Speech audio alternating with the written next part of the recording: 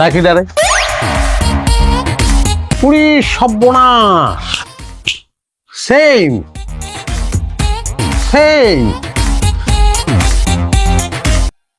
আপনারা আর যাই মনে করি আপনি যে এত বড় পোল্ট্রি বাস সেটা কিন্তু ভাবিনি আমি। এ কথাবার্তা কিন্তু হুশ করে কবেন।